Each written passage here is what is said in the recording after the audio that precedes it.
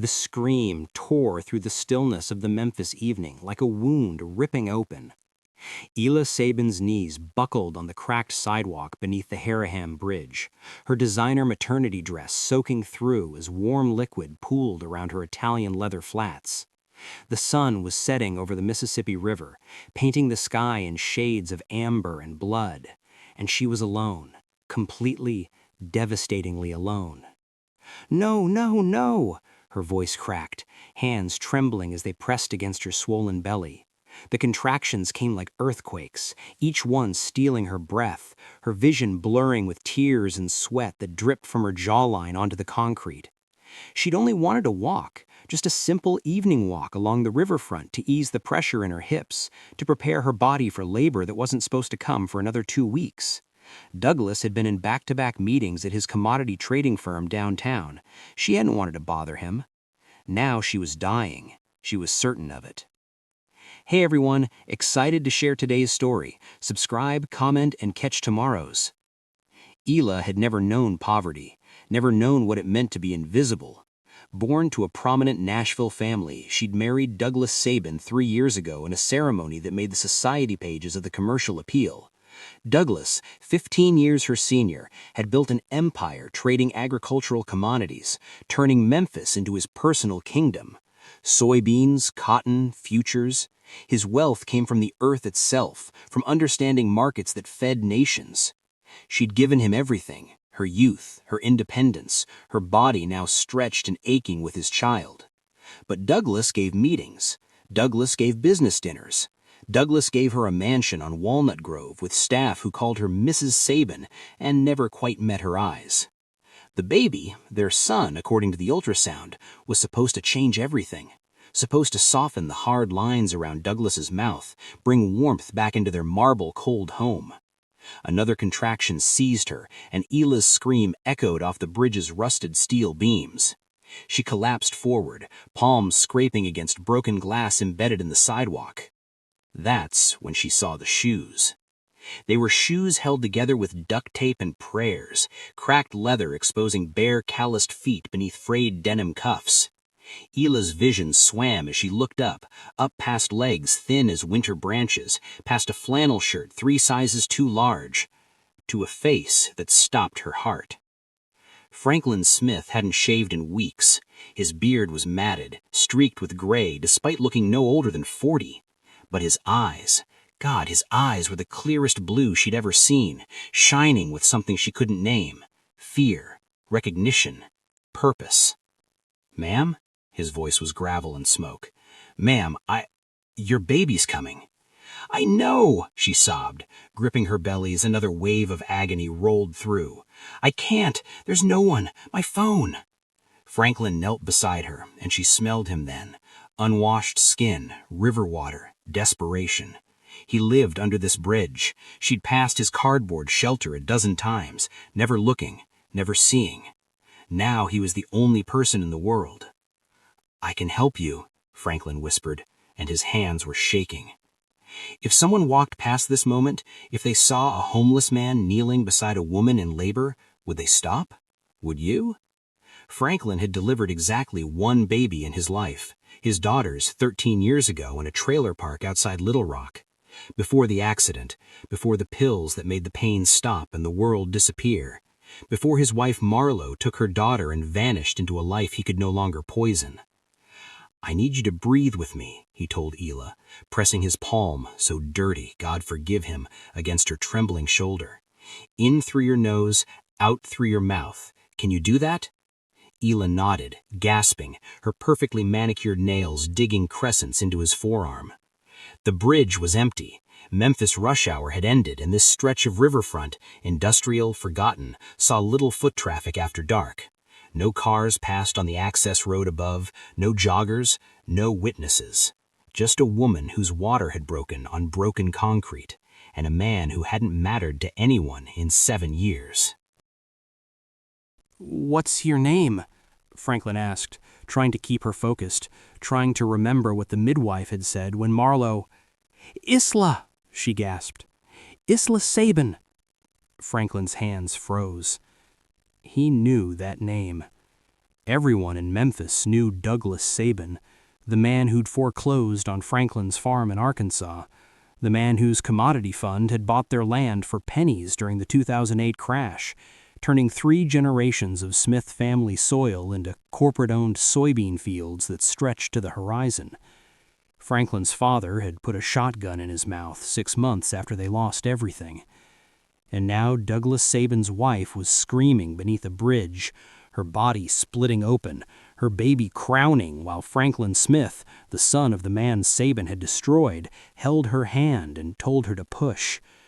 The universe had a sick sense of humor.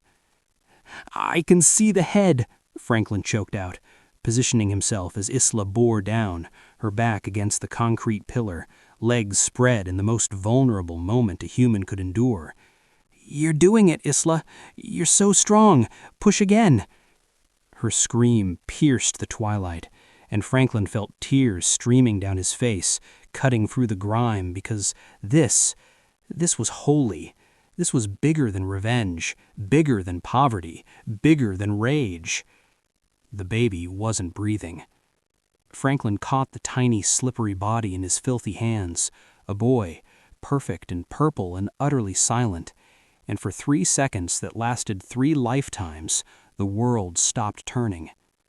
"Why isn't he crying?" Isla's voice was raw terror. "Why isn't my baby crying?" Franklin's mind went blank. The umbilical cord was wrapped, not tight, but there, and the baby's lips were blue, and he didn't know what to do. He didn't know.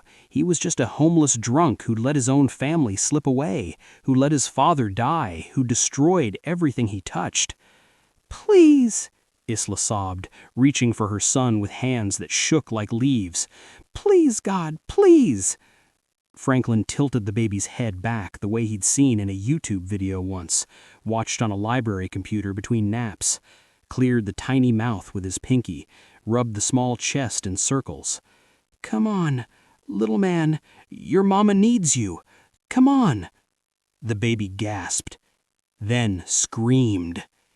The sound of that cry, angry, powerful, alive, shattered something in Franklin's chest and rebuilt it in the same breath.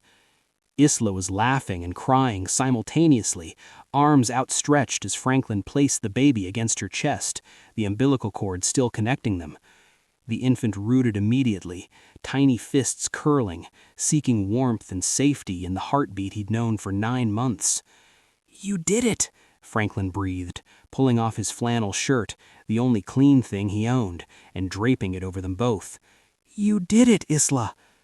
"We did it," she corrected, looking at him with eyes that held no disgust, no pity, only recognition, only gratitude. Footsteps pounded on the access road above. A woman's voice called out, "I heard screaming. I'm a nurse. Oh my God." 2 women appeared at the top of the embankment, a black nurse named Temperance, still in her hospital scrubs, and her teenage daughter, Calliope, already on the phone with 911.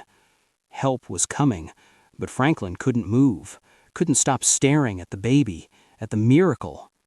The ambulance arrived in 7 minutes. Paramedics swarmed, professional and efficient, cutting the cord, checking vitals, loading Isla and her son onto a stretcher. "Who delivered the baby?" one paramedic asked, looking between Temperance and Franklin. "He did," Isla said firmly, reaching out from the stretcher to grip Franklin's hand. Her skin was so soft against his calluses. "What's your name?" she asked.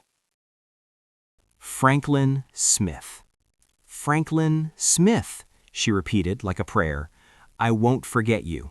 I promise you, I won't forget." They loaded her into the ambulance.